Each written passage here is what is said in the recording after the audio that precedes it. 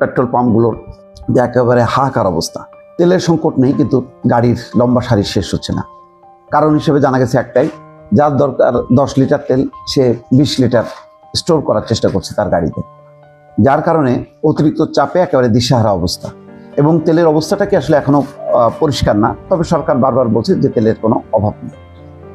এই অবস্থা যখন চলছে ঈদের আগের থেকে, এবং ঈদের পর আরও পরিস্থিতি যখন নাজুক, তখন বলা হচ্ছে যে হরমুজে চলতে পারবে বাংলাদেশের জাহাজ। বাংলাদেশ সহ অন্তত 5টা দেশের নাম বলা হয়েছে।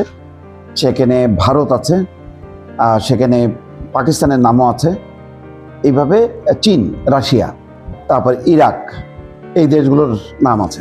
তো এইটা আমাদের জন্য যেমন সুখবর, আবার একটা কিন্তু বিপদও। কারণ বাংলাদেশের নাম বলছে, এখন পশ্চিমারা আমেরিকারা টার্গেট করতে পারে, কারণ সব চাপগুলি পড়বে বাংলাদেশের উপর, ভারতের উপর পড়বে না।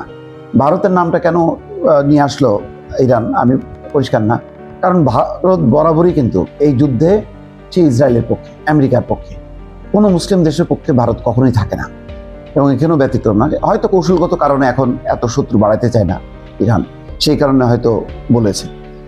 যাই হোক, এখন এই যে বলছে যে হরমুজে চলতে পারবে বাংলাদেশের জাহাজ, সেই কারণে যদি জাহাজের সংখ্যা বাড়ানো হয় এবং সেই তেল যদি দ্রুত বাংলাদেশে পরিবহন হয়, আর সেটা যদি বাস্তবে রূপ নেয়, তাহলে এই যে তেলের নিয়ে যে হাহাকার অবস্থা, সেই পরিস্থিতিটা কমবে।